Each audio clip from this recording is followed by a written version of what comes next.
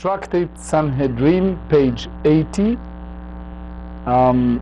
We are going today to deal with a very kind of serious halachic question, and I want to start with a disclaimer that the subject we're going to discuss today, by any means, one should not rule and make halachic decision just based on our talk today. Our talk is more le'orer, it's just to study the daf, and we'll bring some implications for that. But obviously, if someone have a question that's a severity in that level, should ask a prominent posek, a prominent rabbi that really familiar and in addition to his erudition, also have the knowledge and the specialty in this. First and foremost, I would like to start with the question that posted to the late Rabbi Waldenberg. Rabbi Eliezer Waldenberg was a dayan, was a judge in the rabbinic and supreme rabbinic court in Yerushalayim in Israel, and he wrote among many books. One of them is a responsa called Tzitz Eliezer. The question that posted to Rabbi Waldenberg was, it was an open heart surgery in the afternoon. As we are familiar with the open heart surgery, many times the doctor are very successful to repair whatever needed and put it back.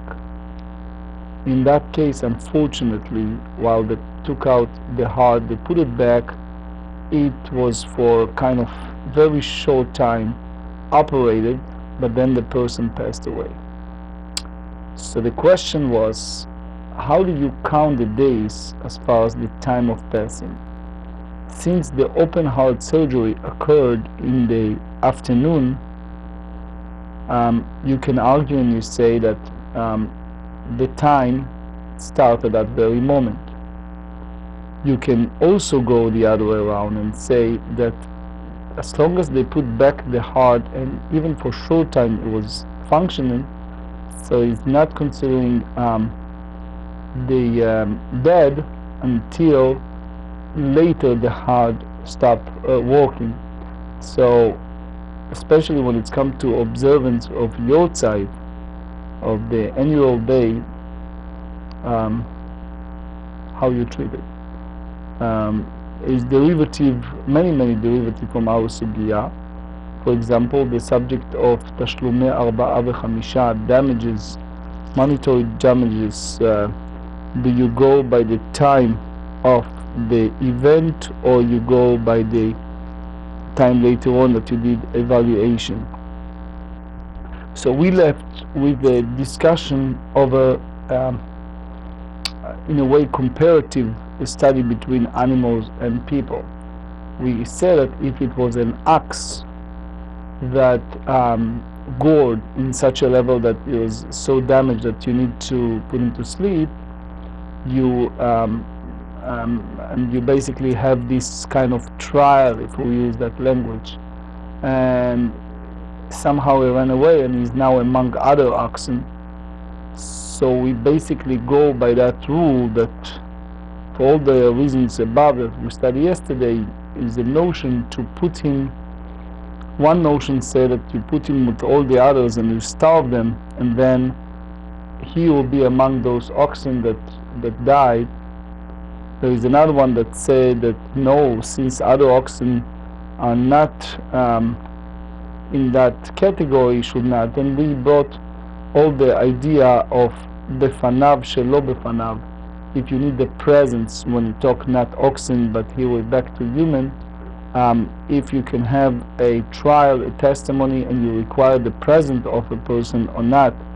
We mentioned a little bit the Rabbeinu Tam in the Tosfot and others that said that the whole notion of oxen is some type of model or paragon to derive for all the future decision when it's come to people. And here we are on page 80.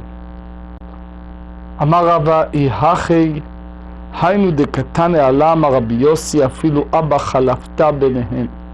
So here we discuss the Mishnah Mishnah dealing with the murderer without the completion of a due process of a regular trial. Shmuel explained in our Mishnah, the problem is that this murderer mixed with the other murderers that already passed their verdict. So imagine you have a group of murderers that waiting for the execution, and this murderer who's not finalized his trial mixed with the others.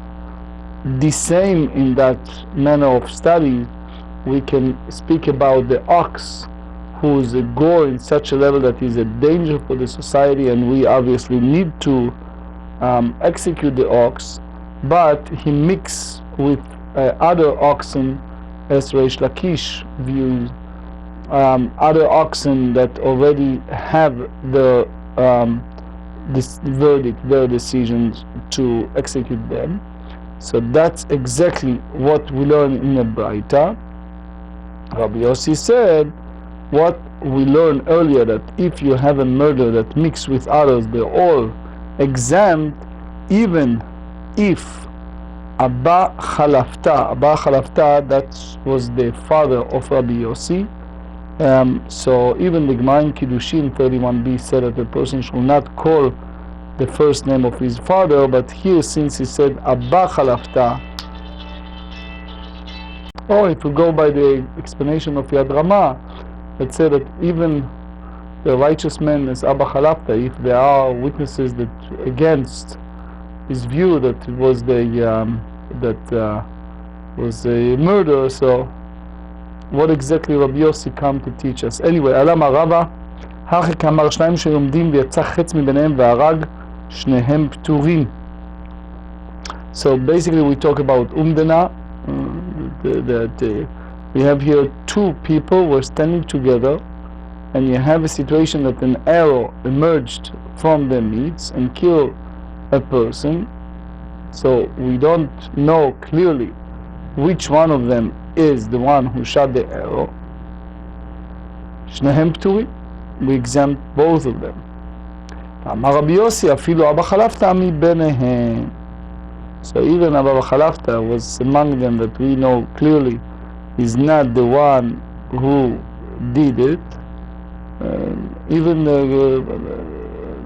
that case, right? So the Mishnah said that both of them are exempt. The Aruch LaNer have a different view how to understand these words. But anyway, ושור שנגמר דינו שנתערב בשברים אחרים מעליה סוקלין אותה. So here we talk about Reish Lakish view. We talk about an ox that the verdict was finalized, and that he was intermingled with other oxen that did not go. So the court stones all of them. So Rabbi Yehuda said that we all consign otam lakipa. We all bring them to a evaluated chamber. So the Gemara asks, Ve'atanya, we learn in a Braita, Para she'emita b'hagach yalda. You have here a cow that killed a person, and after it was carved, so they said, Im ad shelo nigmar dina yalda v'lada mutar. If it was before its verdict was finalized, that the cow was carved, so its offspring permitted. Im shenigmar dina yalda v'lada asur. If it was after the verdict, so the offspring is prohibited. Nit'arev b'acherim, if it's intermingled with others. Ve'acherim ba'acherim, obviously continuation, or intermingle other cows intermingle with others. Consign otam lakipa, you gather all of them in that chamber. Rabbi Elazar ורבי שמעון אומר, מביאים אותם לבית דין וסוקלים אותם. He said that you need to bring them together and stone them. So basically what you see here, the clear Tanaic disputation in regard to animals that already have a final verdict that mixed with other animals that all ksheiro, that was okay. So this very similar, according to the view of Rava, that Tanakama that said Konsino Tanlakipa, that match Rabbi Yehuda in the Mishnah, and Rabbi Elazar Rabbi Shimon that said that you stone them, match the first Tana in the Mishnah. המרמר, אם עד שלא נגמר דינה ילדה ולדה מותרת, ואף על גב דחי נגחה הווה מעברה. So he said, ואמר רבא ולד הנוגחת אסור. So Rava said that if you have this vlad, so basically you hold it, an offspring, cow offspring that goes while pregnant, so it's prohibited to bring him as an offering, like any other animal that kills a person. You cannot bring that as offering. Hiu vlada nagchu. So basically it's considering that the cow and its unborn offspring go together. Vlada nirbat asur hiu vlada nirbeu. If it was the bestiality. So if it happens that it's together, so that's basically considered that hiu vlada nirbeu. The offspring with the subject of bestiality did it together. As far as the halacha is concerned, we take it as together. Tosfot in Pei Amud Bet elaborates on that. See it also in Bava Kama in Tosfot 47. Anyway, אם עד שלא נגמר דינה עברה וילדה ולדה מותר, אם שנגמר דינה עברה וילדה ולדה אסור. הניחא למאן דאמר זה וזה גורם, that איסור והתר, the one that permitted factor and the one that prohibited factor cause an outcome to be produced, that outcome is forbidden. So you see here, זה וזה גורם אסור. That's מסכת גמרא in page 31. So the offspring that was produced from a bull, from which deriving benefit is permitted, and the cow from which deriving benefit is forbidden, so therefore you say that it's forbidden as well. Page 80b, אלא למאן דאמר זה וזה גורם מותר, מה יקרא למימר? אלא אמר רבינה אימה, אם עד שלא נגמר דינה עברה וילדה ולדה מותר, ואם עד שלא נגמר דינה עברה ושנגמרה דינה ילדה ולדה אסור. עובר ירחי מהו? So it's basically the ubar, the offspring, it's a part of the mother's thigh, which means that it's part of the mother's body. So therefore, when the mother is sentenced to death, the offspring also forbidden once it's born.